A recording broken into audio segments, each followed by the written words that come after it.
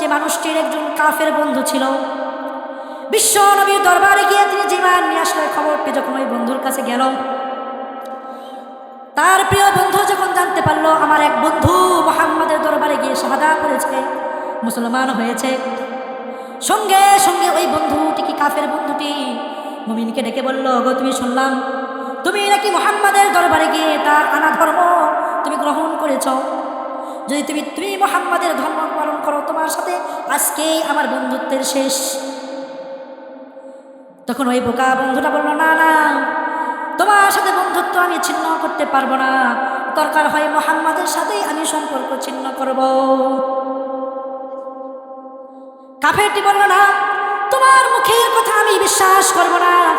তুমি না যতক্ষণ মুহাম্মাদের সামনে গিয়ে থুতু নিক্ষেপ করে না বলবে, হে মুহাম্মদ, তোর হাতে হাত রেখে যে ঈমান নিয়ে এসেছিলাম, আমি তোমার ঈমান আর ইসলাম তোমার ধর্মকে পরিত্যাগ করলাম।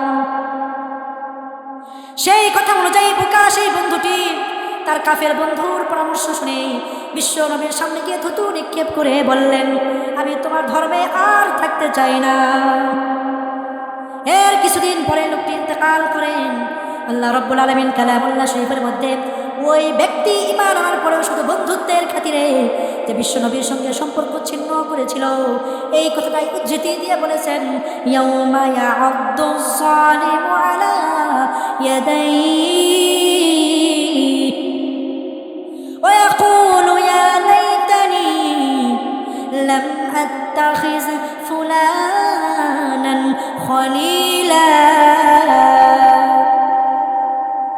কিয়ামতের কঠিন ময়দানে সেই বেঈমানটি আফসোস করবে, আহ যদি ওই বেঈমানের সঙ্গে আমি বন্ধুত্ব না করতাম আর বিশ্বনবী সাল্লাল্লাহু আলাইহি আলমের সঙ্গে আমি বন্ধুত্ব রাখতাম, তাহলে আজ কিয়ামতের দিন হাসরের ময়দানে চিরস্থায়ী জাহান্নামে আর যাওয়া লাগতো না।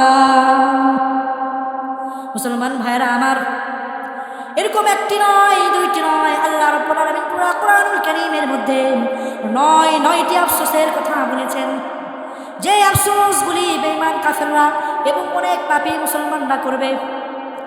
কিন্তু আফসোস করলে কি হবে? মৃত্যুর পরে আর সুযোগ থাকবে না যে তারা ওই ভুল শুধরিয়ে আল্লাহর কাছে আবার তারা যেতে পারবে না।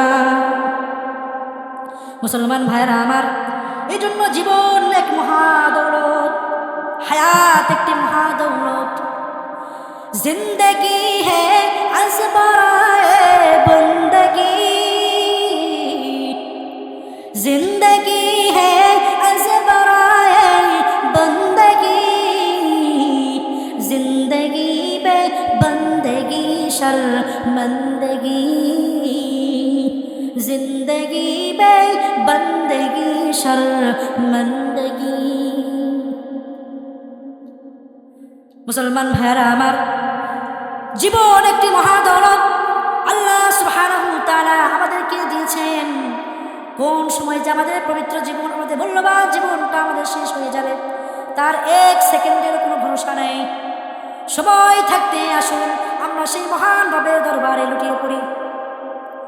রব্বুল আলামিন বলেন, যে ব্যক্তি খালেস দিলে আমার কাছে তওবা করে, আমি তার জীবনের পিছনের সমস্ত গুনাহগুলি মাফ করে দিই। ইয়া আইয়ুহাল্লাযীনা আমানু লা তাকনাতু মির রাহমাতিল্লাহ। হে আমার পাপী গোলাম, তোমরা আমার রহমত থেকে নিরাশ হইও না। ইন্না রাহমাতি সাবাকাত গাদাবি, নিশ্চয় আমার দয়া আমার রাগ আর গুসার চেয়ে অনেক বেশি। কিন্তু আল্লাহ রাব্বুল আলামিনের রহমত আর দয়া পাওয়া যাবে আমাদের জীবন দশায় যদি আমরা মনে করি আল্লাহ রাব্বুল আলামিন তো অনেক দয়ালু, হাসরের ময়দানে আল্লাহর কাছে দয়া চাইলেও মাফ করে দিবেন। কিন্তু আল্লাহ তাআলা বলেন না, আল্লাহ রাব্বুল আলামিন তার রহমান এবং রহিমের গুণাবলী তিনি পৃথিবীতেই প্রকাশ করবেন। কিয়ামতের কঠিন ময়দানে তিনি কোনো সময় রহমানের এই গুণাবলীগুলি সামনে আনবেন না। কোরআনুল কারীমের মধ্যে বলা হয়েছে, হাসরের ময়দানে পৃথিবী যখন ভণ্ড হয়ে যাবে, পৃথিবীর অনেক রাজা বাদশাহ ছিল যারা ক্ষণিকের ক্ষমতা পেয়ে আল্লাহকে ভুলে গিয়েছিল। তাদের